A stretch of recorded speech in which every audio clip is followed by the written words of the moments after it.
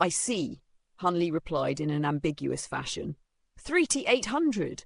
As the two of them were speaking to one another, the black-robed man had placed another bid, this one only raising the price by 200 Immortal Origin stones. 4,000! Hunley had finally placed his second bid. He had already secured 2 auction items prior to this, and this latest bid attracted the attention of many of the people present, including Feng Tianyao and the black-robed man, both of whom were clearly less than pleased. 4,100, Feng Tianyao declared. 4,200, the black-robed man immediately retaliated. 4,300, Hunley declared in an unhurried manner. Before long, the price had been raised to 5,000 Immortal Origin stones, and the bid had been made by the black-robed man. Many of the cultivators present were very surprised to see this. While it was true that this was an extremely precious spirit material, this was still far too steep a price to pay. Such an enormous sum of Immortal Origin stones could be spent on a whole host of other things, and it seemed that the price was still set to increase even further. 5,000 Immortal Origin stones for a profound Xianxia crystal? The two of you clearly have too much money on your hands. Feng Tianyao sneered before backing out of the bidding war. Hunley paid no heed to Feng Tianyao's mockery as he calmly placed another bid of 5,100 Immortal Origin stones. 5,200! The black-robed man refused to relent. 5,500! Hunley declared, and at this point many of the other auction-goers had begun shaking their heads. Fellow Taoist Li, as a word of advice from one friend to another, while this profound Xianxia crystal is of quite high quality, this is still far too steep a price to pay for it. Under normal circumstances, 4,500 Immortal Origin stones should be the upper limit, so there's really no point in making any further bids, Taoist Master Jingyang said. Thank you for the advice, fellow Taoist Jingyang, but this is something that I must acquire. Just as you said earlier, fine treasures and fine wines are priceless, so they must be secured to avoid future regrets. Hunley said with a smile. You're using my own words against me? Fine, do as you please. If you don't have enough Immortal Origin stones, feel free to tell me, Taoist Master Jingyang chuckled. The black-robed man was silent for a moment, then placed a bid of 5,600 Immortal Origin stones, only to be immediately outdone by Hunley with a bid of 6,000. The black-robed man took a long glance at Hunley, then finally fell silent and made no further birds. The auctioneer was a little disappointed to see the fierce bidding war come to an end, but this was already a far higher price than he expected the profound Xianxia crystal to fetch, and after 3 calls were made with no further bids placed, the crystal was sold to Hunley. Hunley's expression remained unchanged, but internally he was lamenting the enormous sum of Immortal Origin stones that he had been forced to part with. You're really going all out, fellow Taoist Li. It looks like you're far wealthier than I imagined. Then again, I suppose some things must be done. After all, this is something that you may never encounter again, Taoist Master Jingyang consoled. Please don't make fun of me, fellow Taoist Jingyang. In terms of personal wealth, how could I possibly compare with a deputy mountain master of the 100 Creations Mountain like yourself? Hunley replied with a wry smile. Speaking of our 100 Creations Mountain, we're constantly on the search for brilliant individuals like yourself. If you're interested, you can come and serve as a guest elder for us, Taoist Master Jingyang offered. It's been a very long time since I've affiliated myself with any sect. Otherwise, I wouldn't have come to a place like the Leisure Valley. I'm already content just to cultivate in such a peaceful paradise, surrounded by friends like you, fellow Taoist Jingyang, Hunley replied, tactfully turning down the offer. Meanwhile, the auction continued. Several more precious items were carried out one after another, with all of them fetching high prices, further heating up the atmosphere in the venue. At this point, the auction was close to reaching its conclusion.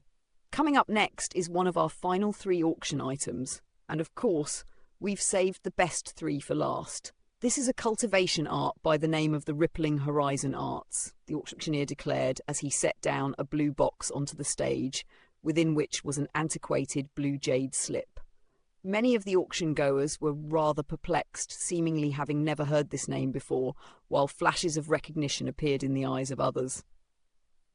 Is this the cultivation art used by the Clear Sea True Lord who once reigned supreme over the Black Mountain Immortal region? A blue-robed man asked in an excited voice.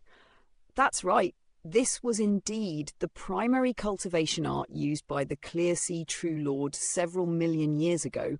It can support one's cultivation to the pinnacle of the high zenith stage, and it can definitely rank among the top 5 water attribute cultivation arts of the Black Mountain Immortal region.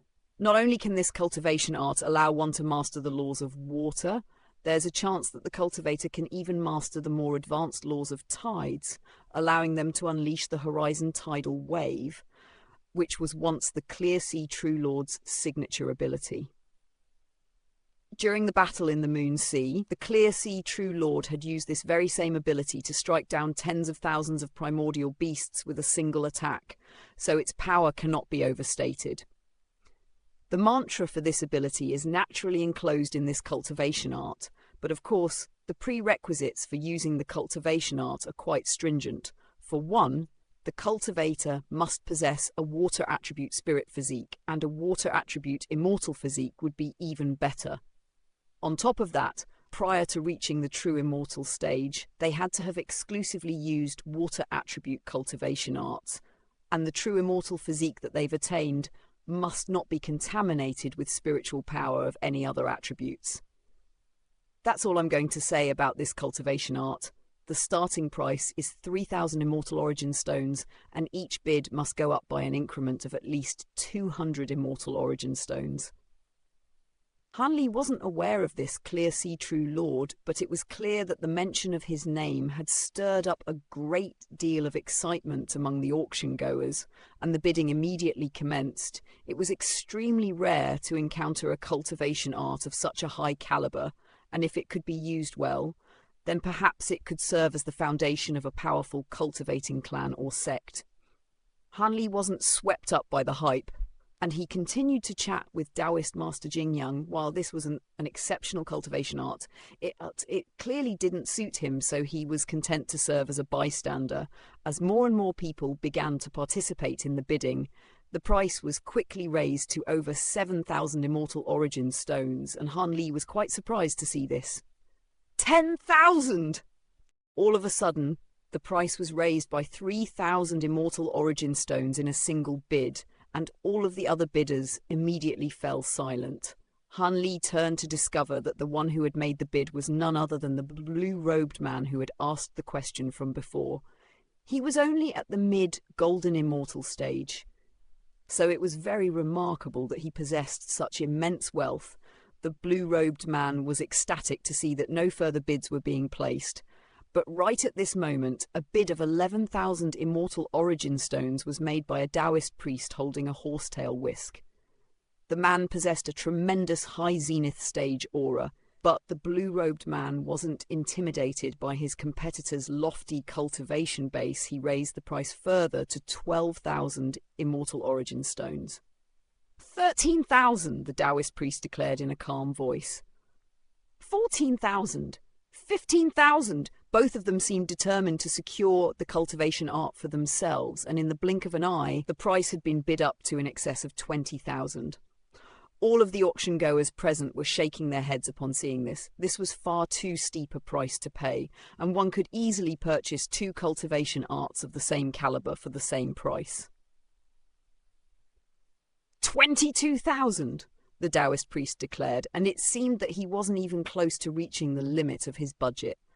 In contrast, the blue-robed man was breathing rather heavily, and it seemed that he was at his limit. Elder Zhu of the Water Mirror sect has made a bid of 22,000. Is anyone going to outbid him?